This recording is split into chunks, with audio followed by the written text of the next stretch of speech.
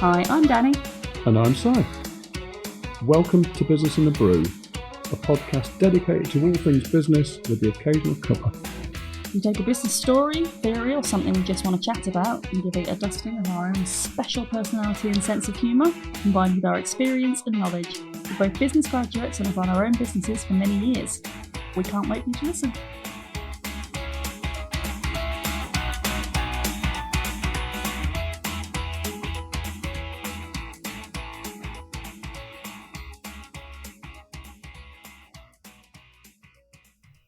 Hello. Good morning. Good morning, or afternoon, or evening, or whenever you're listening to this. I am going to revisit something we have discussed before, but from a different angle. So I am revisiting BrewDog. Oh, yes. So we did BrewDog before. We did.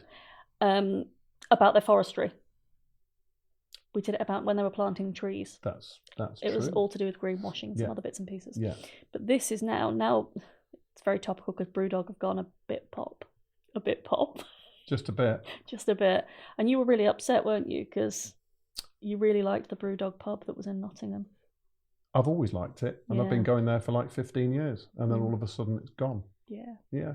But we're going to go through the whole story. And this is especially interesting because I think, was it you and I, when we did Help to Grow, they used BrewDog as a case study? Was that you and I, or was that They someone did. else? They Yeah. did. Yeah. Because it is shown as a really clever example. And actually, when I was doing research for some of the other episodes we're going to do in the future, BrewDog keep coming up as an example of things like cult branding and demarketing and things. But ultimately, it didn't work. Well, it did work. An awful lot of it did work, but I know there's some failures along the way. Yeah. To put it bluntly. Yeah. So for the first time in my life, I've actually done a script. Oh. So what do you mean? Oh. So I might actually have answers to questions. Okay. Which I don't usually. Hit me, come on. All right, okay. I really want to hear this. All right. Because you're going to have a slightly different take. Yeah, because I don't drink craft beer. In 2007, James Watt and Martin Dickey started the brewery in, I can't say it, Fraserburgh, Aberdeenshire? Yeah. Burr, whatever. With £30,000, a second-hand brewing kit and a van.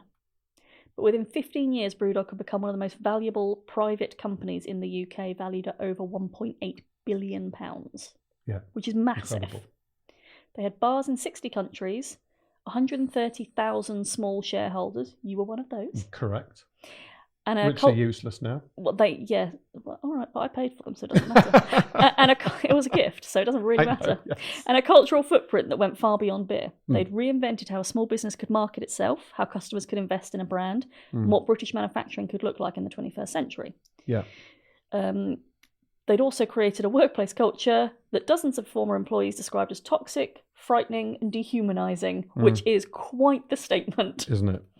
And then in 2024 and 25, the financial reality caught up with the story. So this episode is about the full BrewDog story, not one little element, forestry or anything like that, the full BrewDog story. Yeah. The rise... So it's like a timeline, yeah? Yeah, the rise, the crisis, the collapse, and what it means for anyone building a business on the back of a strong personality and a compelling narrative. So BrewDog didn't just build a brewery, they built a movement. Or at least a very compelling appearance of one from the outside. They did. It was very new. It was punk, is what it was. Punk IPA was the main beer that they launched with, but they had a punk mentality. It reminds me which a bit. was basically what's the one giving with the fingers to the man, you know. Is it Beavertown with the skulls? Yes. That reminds me of that kind of branding. Anyway. It is. Yeah. It is. Well, theirs was a lot less graphically. Beavertown's kind of more kind of cartoony, if you like. Yeah, but the characterization, whereas BrewDog was less about that. It was a lot more staid. Oh. Yeah. So the origin story was deliberately, I can't say this word, mythologized. Mythologized, yes. Yeah. So two friends, a passion for good beer, a refusal to compromise, a war against the industrial lager establishment. That's it. And the early beers really represented that. So you had, like you said, your punk IPA, your 5am Saint, your hardcore IPA. They were genuinely good beers, and they were genuinely different from what dominated the British shelves at the time. The early marketing was extraordinary. Its creativity, its willingness to court controversy, the equity for punks crowdfunding model. Have you got the squirrel in there? No. Oh. Tell me about the squirrel. they produced a beer. I can't remember the name of the beer, and actually the packaging of the beer was a squirrel. Like it looked like a squirrel. No, it was a dead squirrel. It was a dead. No squirrels were harmed during the making of that, but a taxidermist supplied them with dead squirrels and stitched a squirrel's skin over the bottle. So the top of the beer bottle came out of the squirrel's mouth. You have to look it up online. Did you ever have one of those? No, I didn't. They're worth a fortune now, apparently. Probably worth a lot less than but the beer was amazing. Dead squirrel beer. I can't remember the name of the beer, but yeah. Was it roadkill? No, it wasn't dead squirrel beer. It just happened to be that controversial. Yes, I mean, they were doing stuff like that. You actually made me speechless. Yeah. Wow. I can't. No, I've even lost my place now. Soz. There was creativity. The crowdfunding model, that's it, the equity shares, that was radical at the time. They raised money directly from beer drinkers and not just for their beer. In exchange for shares, lifetime discounts, they turned customers into co-owners and co-advocates. They did, and I thought there was protection in that. I remember how lots of people said, I don't really like BrewDog, and what do you think? Are they right for a takeover? And I always said, no, they can't really, because there's too many equity holders. Yeah, you couldn't and do no it. one's going to want to go and pass that over. So I always thought it protected the brewery. Not necessarily, because you'd just buy out the share value. So when Deliveroo had a takeover, my shares in Deliveroo that I bought when I was drunk got bought. But you're going to tell the truth on this. Yeah. Anyway. By 2017, they'd raised over £73 million from over 100,000 equity punk investors across multiple rounds. Yeah. TSG Consumer Partners, which is a US private equity firm, took 22% stake for £230 million in 2017, which valued the company in its entirety at £1 billion. Incredible. So it was a success. It was a success, and they success. had basically national and international distribution, and a small brewery can't do that. Exactly. It just has no ability to do that. So, and it did get a lot right. So their marketing was amazing. They were a challenger brand. They definitely disrupted the marketplace on what was essentially a limited budget at the time. Tactics were deliberately provocative, that's the word, driving a tank down the street outside camera competition when their beer was disqualified for excessive strength, creating a beer called we talked about this, Tactical Nuclear Penguin. Tactical Nuclear Penguin. That's the one. 32%. 32% ABV. Yeah. And getting into public's arms race over a strength with Scottish brewer, sending kegs. But did you know the counter to that? They were lambasted by Parliament, or by a member of Parliament, who said this is completely irresponsible. Or irresponsible drinking. To brew a 32% beer. Shouldn't we be telling people to not drink as much? Implying that a man in a park was going to be drinking 32% beer for who knows how much it was. I mean, it was expensive. Because they're always expensive, aren't they? You have a lot of duty on that. And the comeback from BrewDog was they brewed a beer at 1.4% called Nanny State. They did. It's actually 0.5% ABV. I think originally it was 1.4, but I think they might have reduced it further. Anyway, we can't ask them. No, they generated apparently enormous press coverage for that Nanny State beer. They did. Because it was a product that was by definition responsible. Yes, exactly. It's brilliant. It was brilliantly done. Yeah. They brewed the first beer underwater. You've got me on a subject that I'm particularly passionate about. I might have made a mistake talking to you about this. I think you might. I'm going to shut up now. Yeah. Each stunt cost almost nothing, but generated coverage worth hundreds of thousands of pounds. Yeah. So they did get that right, and they did get their equity right, because that really created superfans in the people that brought into the brand. Definitely. So when the cracks began to show, I was going to sing that, then I decided I don't sing. So in that doesn't say June. That says June. June 21, an open letter signed by over 60 former BrewDog employees was published under the headline "Punks with Purpose." The letter described a culture of fear, of senior management behaviour that left people with post-traumatic stress disorder, of an obsession with growth that put relentless pressure on individuals, of a culture of lies around the brand's values. Oh. I know that's very strong lies, yeah. Specific allegations included bullying by James Watt personally, a pattern of dismissing concerns raised by employees, and a disconnect between BrewDog's public values, which were transparency, inclusion, and sustainability, and the internal reality.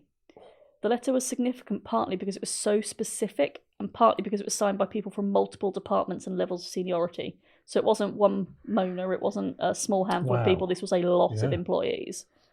It was not disgruntled individual, it was a pattern. Yeah. And BrewDog's initial response, which was a letter from Watt acknowledging that our culture has become too pressurised, was widely criticised as insufficient and performative.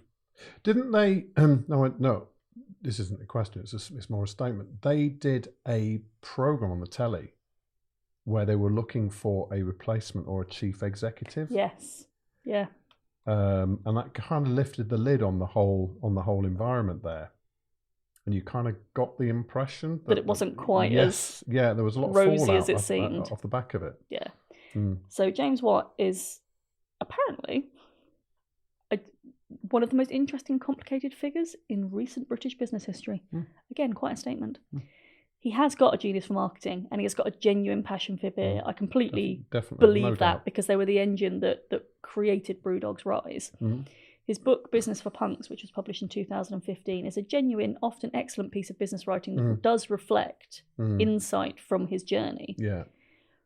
His personality, combative, attention-seeking, reflexively provocative, possibly the source of some of the company's problems. And I think that when you've got a founder-led business like that, and the founder is so intrinsically linked to how the business runs, if you've got someone who is quite adversarial and volatile almost, it is reflected in the culture, it is reflected in the business, and that is what happened.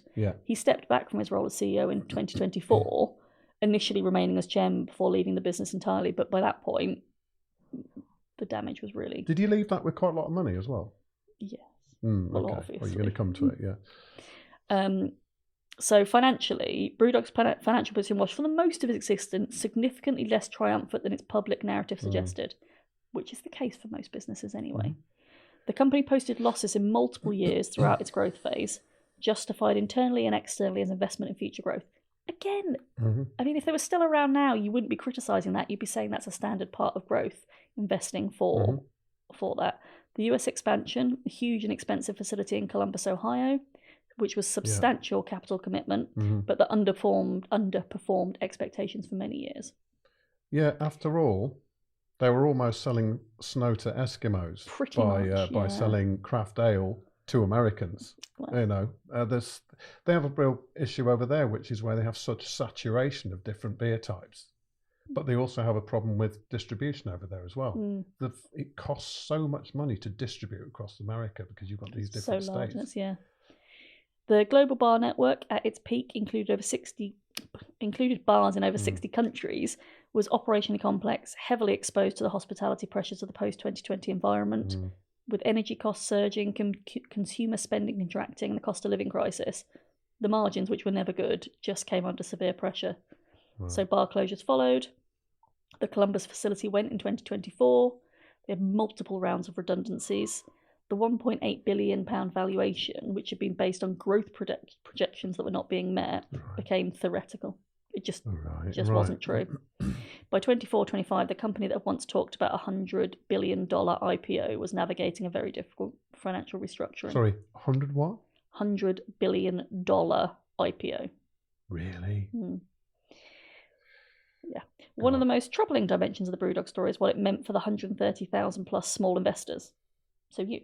And the 129,000 other people. Is that right? Many were ordinary beer enthusiasts who put 95, 500 or a few £1,000s. They're not sophisticated investors. They are just people who genuinely supported a brand. They believed in it. They believed in the whole thing. Yeah, some people put up to $5,000 in it. They just wanted Which to be part of something. In terms of it's not actually investment. It's support. No, but it's belief. Yeah. But for your average person who's not cult. investing, Cult. Well, it's almost cult. The shares they received were in a private company with no secondary market. They couldn't sell them without BrewDog's cooperation in finding a buyer. You were stuck with them, basically. When the company's financial position deteriorated, the valuation contracted, and the notional value of those shares fell significantly. Unlike institutional investors who had board representation, financial information, blah, blah, blah, blah, blah, the equity punks had limited rights and limited information. It was innovative and authentic as a model in its early stages, but the power imbalance between standard investing and this model it just didn't protect you in any way, so you're left with something that's essentially worthless. A pub you can't spend your discount in. Yeah. So, I think I've still got the app. Oh, good. Yeah. I think just keep it on there. BrewDog is genuinely complex. It is a fascinating study into how guerrilla marketing, disruption, really passionate founder-led businesses can take off. And riding the crest of the craft ale movement and a new movement like that. Yeah. They have, because they it was the right people at the right time doing the right definitely. thing, absolutely. Yeah. But there's so many other lessons about how if you have a set of values, if you are not living those as a company and as a person, you can't cover that up forever. That is going to come out sooner or later. Gets out, absolutely. Yeah. And, you can't grow at this speed without having margins in place and structure in place and financial security in place. And everyone on that same journey as well. But but if you're alienating your workforce, absolutely. Your appalling... So if you don't take people on the journey with you, people are going to get left behind, and there's going to start becoming tension and friction. Yeah. And it would be quite easy to just blame James Watt for everything, and it absolutely wasn't just him, but when you're a founder and when it is you've literally founded it on yourself and your personality, it is the greatest asset and the greatest weakness in the business. And unfortunately, he was a liability. And he just managed to tank his own... Well, he became the risk. Yes. Yeah. And it was too late by that point. Yeah. So I just found it really, really interesting because I know you love beer. It's a fascinating story. It is a fascinating story. Yeah. And I can't help but feel a slight grief over it. The loss of that space in Nottingham that I particularly loved going into. I always loved the variety they had. And you've been drinking it since the beginning. Yeah, and the staff there, they were always solid and dependable. You went in there a year after or even 2 years after, and the same staff were there behind the bar. So they had something going. And I'm assuming you started with Punky IPA right at the beginning. Yeah. Because it was...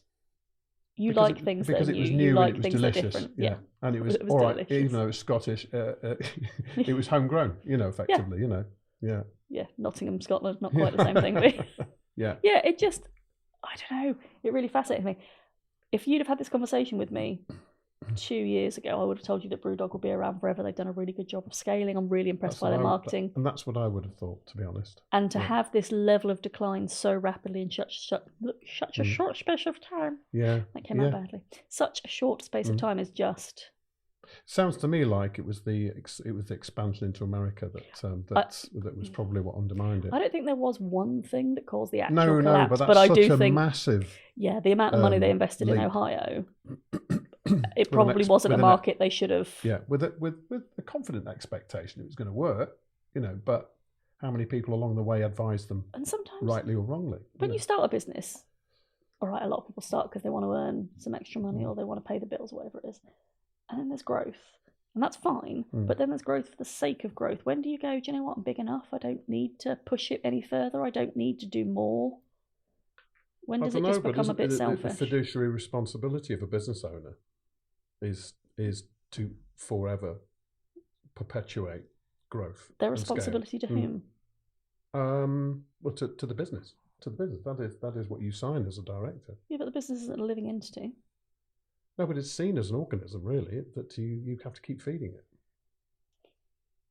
But there's a lot of ego that came into it. There is a lot of ego that goes into that. And I think there's a lot of ego that goes into growth full stop. I think I'm going to talk about this another time with you, but unfortunately, this is what capital's all about. It is. Capitalism, rather, not That's capital. the one. Capital's just money. Talk about the definition of success and what it means to different people. And for him, obviously, it just meant bigger and bigger and bigger and louder and all the rest of it. But after a while, that in itself must become so intoxicating. The challenge is always on, otherwise you get bored with it, so... Seduced by growth. Yeah, and if that's all you're expecting, all you're hoping for, that is the next step. That's the next step. That's the thing that keeps driving you on. The grass is always greener. See, I don't think I get caught in that trap. Well, no, it's easy to say in hindsight. Oh, I suppose it is. We can sit here like armchair as a poor person, But what's going on inside the head of a person that actually continues to do this? And there are so many businesses that have had utter failure, and the owners of those businesses keep going in. It's either a vain hope or it's hope against all the odds. Yeah. But they keep going with it, and then it all ends up falling apart.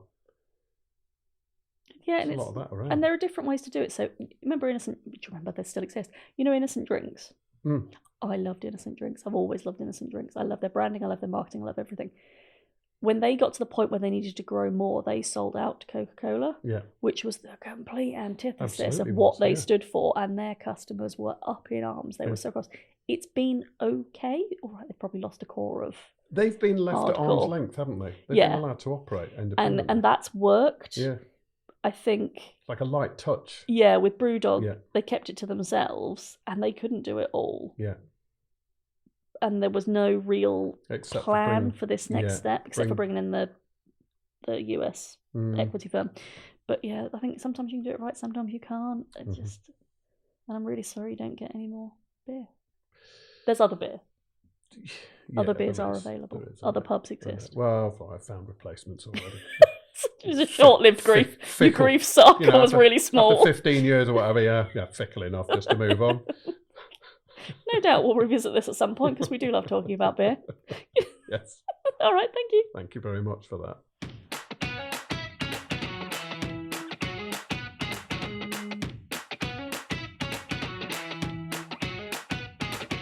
Thanks for supporting us by downloading and listening to this episode. And a massive thank you also to Donnie, Emily, Nat and Lewis and the BTD Studios for all your expertise in bringing our podcasting dream to reality. We'd love it if you commented on this episode, as we'd really like to know what you think and what you might like us to cover in future episodes. And we'll see you on the next one.